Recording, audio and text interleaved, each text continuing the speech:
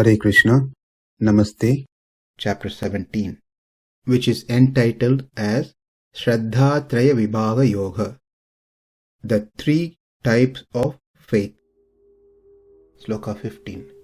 Anudvega-karaṁ vākyaṁ satyaṁ priya-hitaṁ yat svādhyāyābhyasanaṁ caiva vāṅ-mayaṁ tapa ucyate.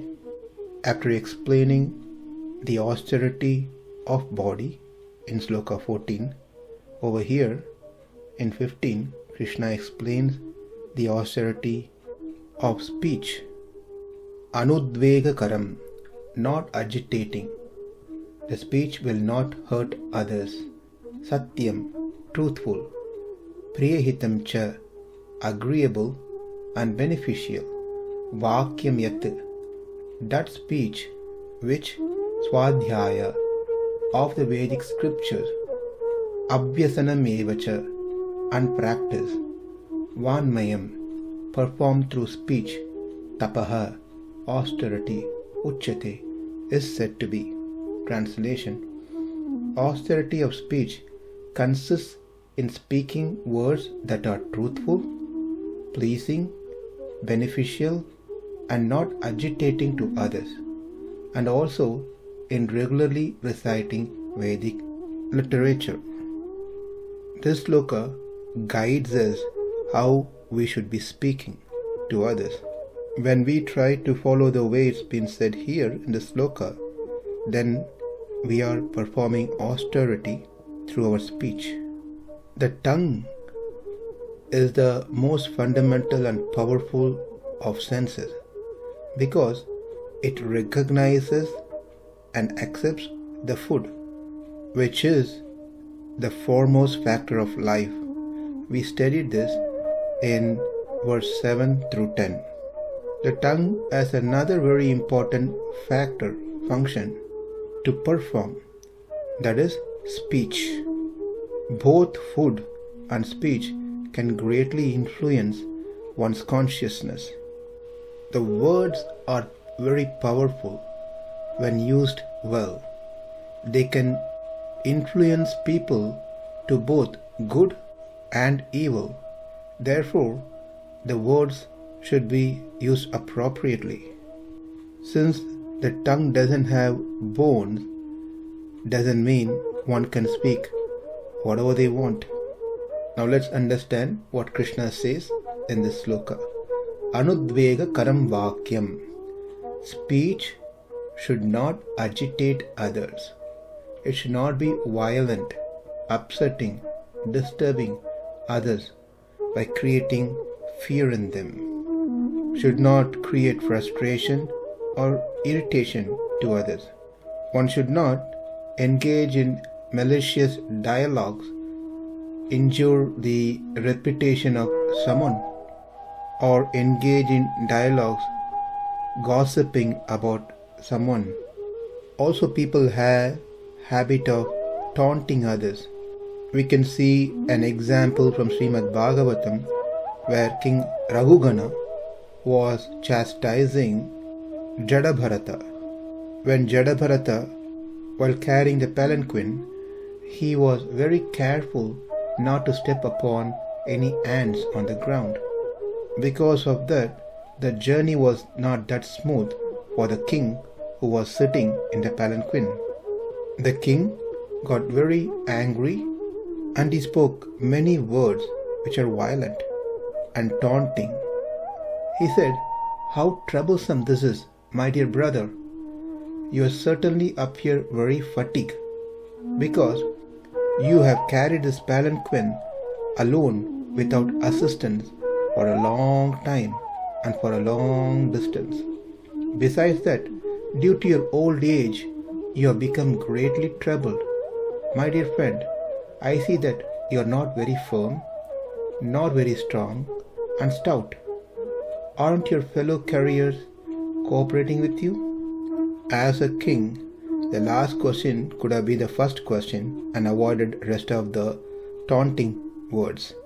And then king really gets very aggressive and he says, You rascal, what are you doing? Are you dead in spite the life within your body? Do you not know that I am your master? You are disregarding me, and you are not carrying out my order. For this disobedience I shall now punish you, just as Yamaraja, the superintendent of death, punishes sinful people. I shall give you proper treatment so that you will come to your senses and do the right thing. Therefore Krishna says, austerity of speech should be anudvega-karaṁ vākyaṁ, not agitating, no violence in speech.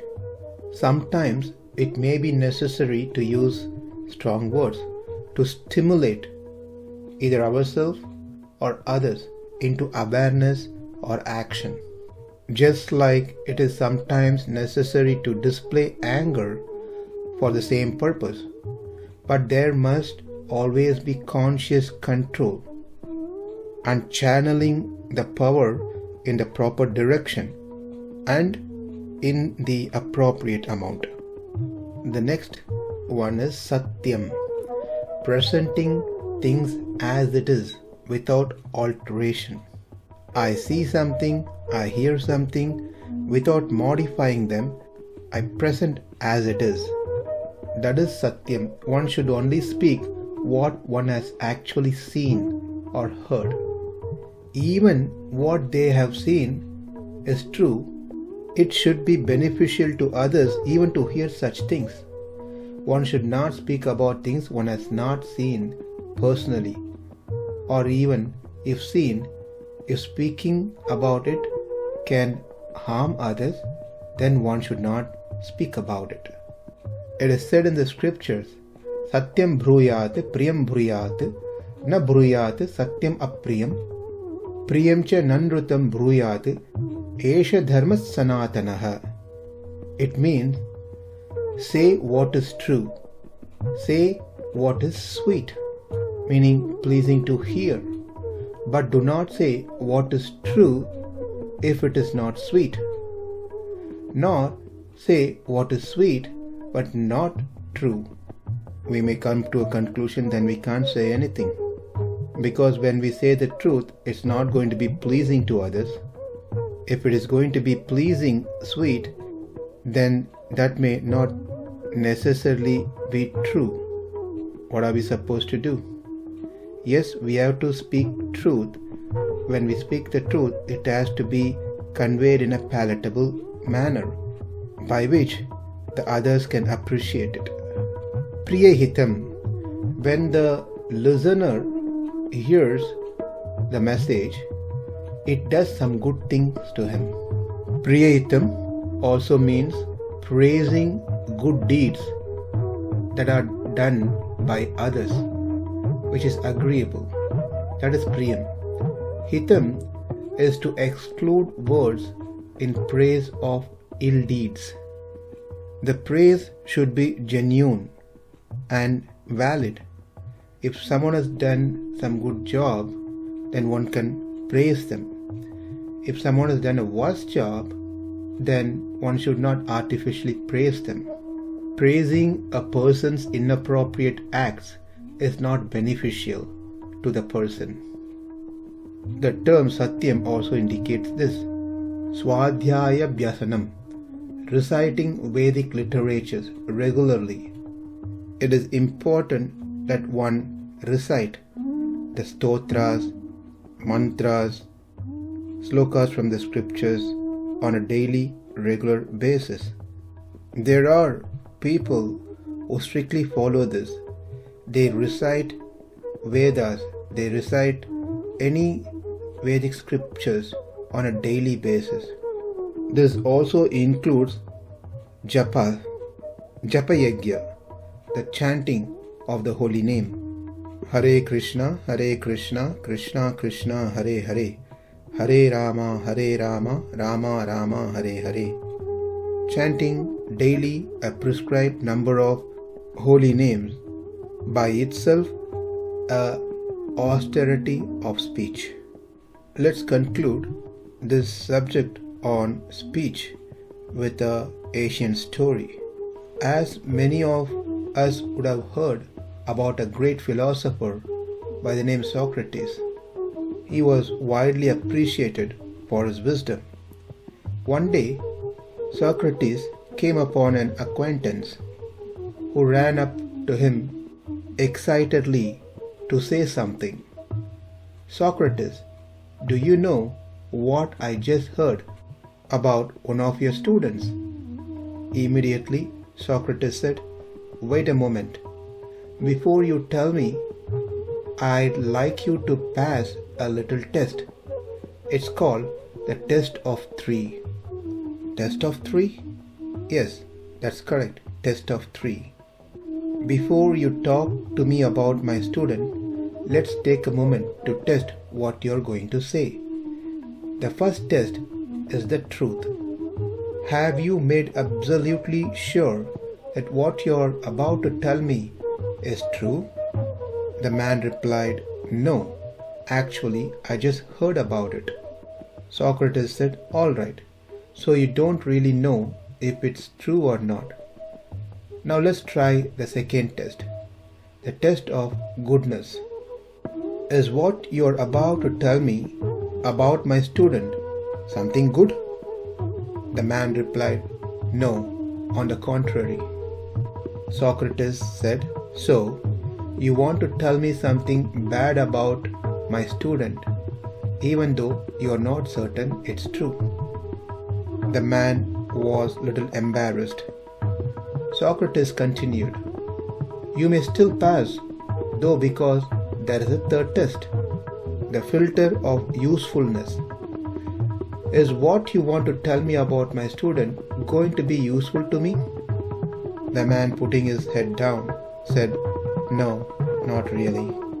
"Well," concluded Socrates, "if you want to tell me is neither true, nor good, nor even useful, why tell it to me at all?" The man was defeated and ashamed and said no more. So, this triple filter test stands on 3 pillars: truth, goodness, and usefulness. So when we speak to someone wanting to convey a message, then we have to make sure that passes through these 3 filter tests. The message should be true, where we confirmed it. It should be good about others, and it should be useful for the person who's hearing. So even any one of these are right, then one can convey the message. And this is all comes from Bhagavad Gita. Speech which causes no disturbances to others, such as fear, etc., which is factually correct and true, which is agreeable and beneficial, considered to be austerity of speech, and also the recitation of the scriptures, chanting japa, are also the austerity of speech. In the next sloka, Krishna is going to speak about the austerity of mind. Anudvega-karaṁ vākyaṁ satyaṁ priya-hitaṁ yat svādhyāyābhyasanaṁ caiva vāṅ-mayaṁ tapa ucyate. Namaste. Hare Krishna.